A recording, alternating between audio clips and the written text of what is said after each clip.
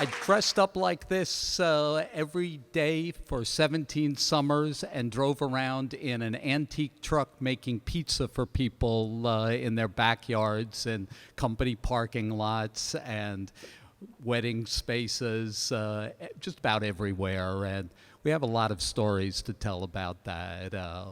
The one that I wanted to tell tonight was on a theme of persistence. And to set the stage, we have to go back to the year 2003 when we started the truck.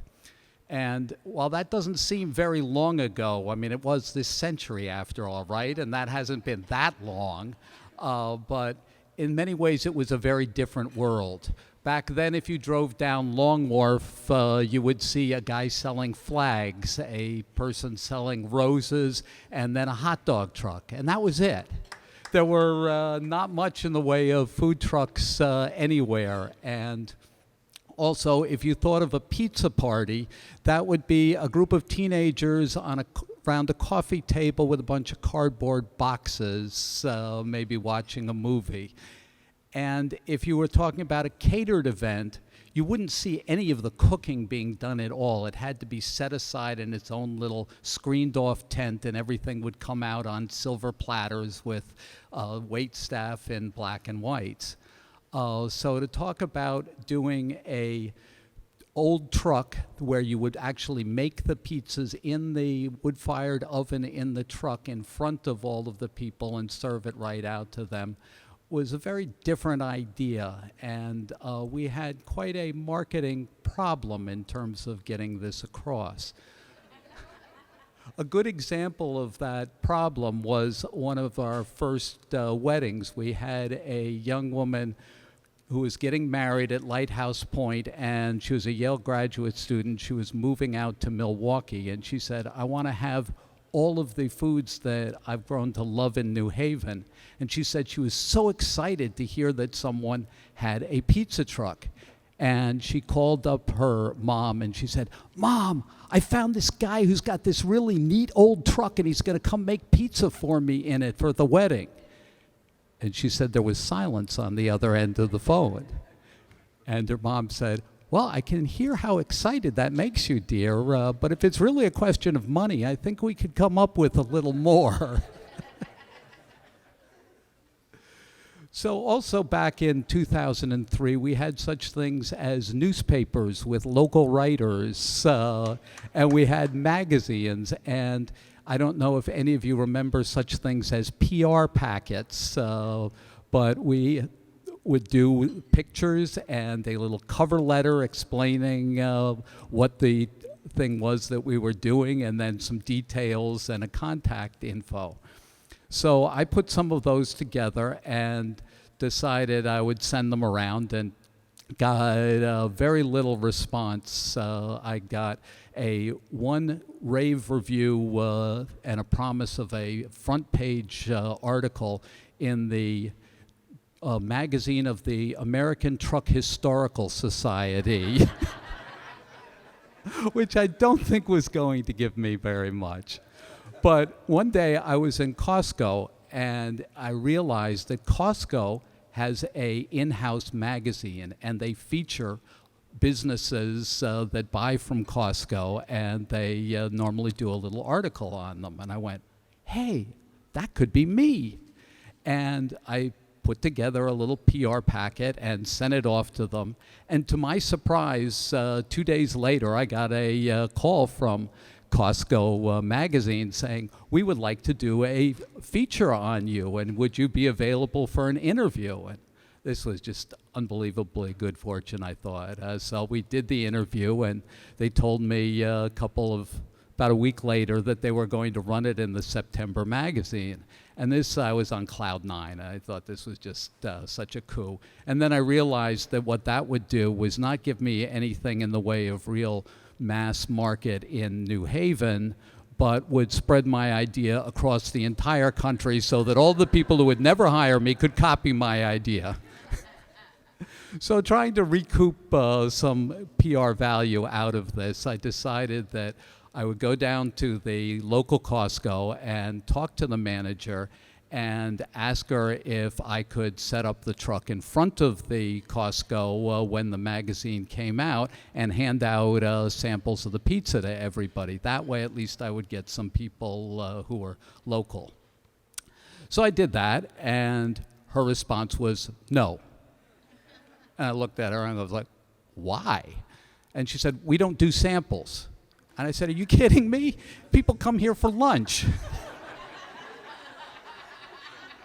And she said, well, no, that's a separate company, and they work with their sponsors, and Costco doesn't have anything to do with that directly, so we couldn't do it. And what if everybody wanted to do this? I said, well, if everybody wanted to go up to their local Costco when they had an article in the magazine about them, I think you could probably handle the massive volume.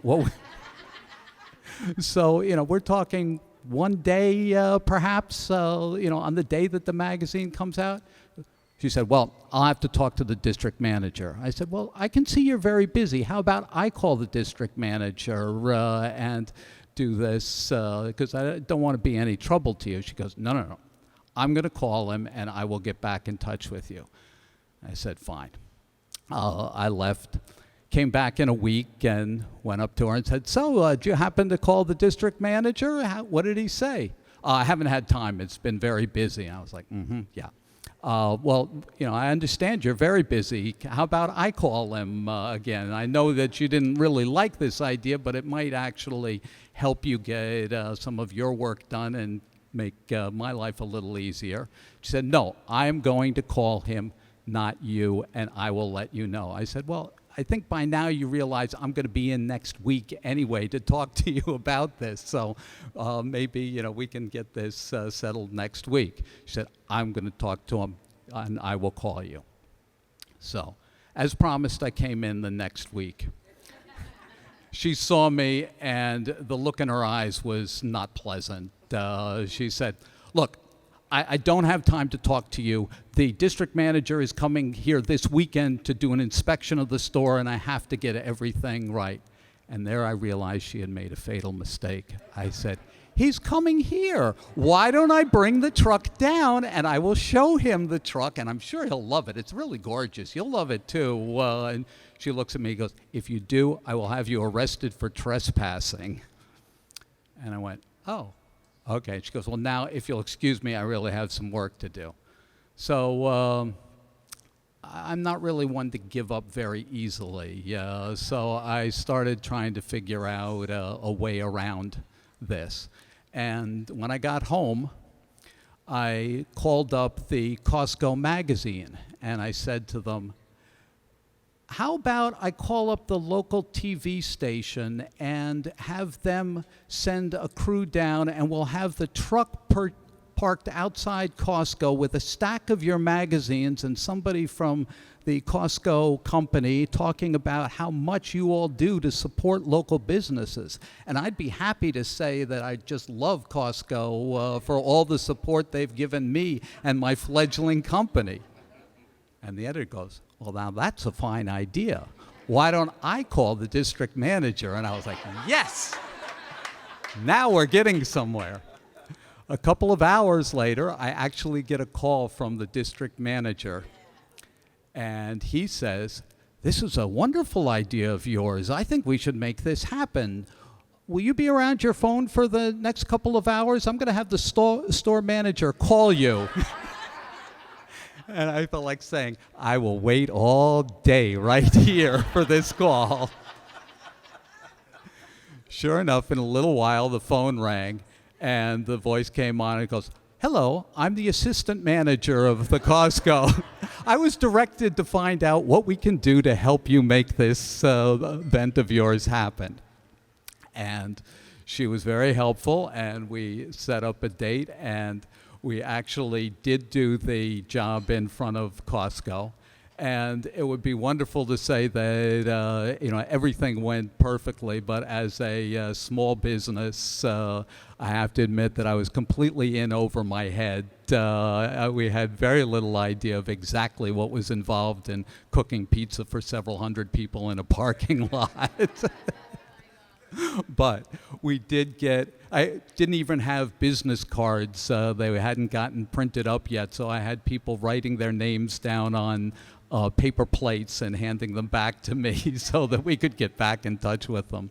But we did make a lot of friends and introduce the concept to a lot of people. And many years later, here we are. Thank you all for coming.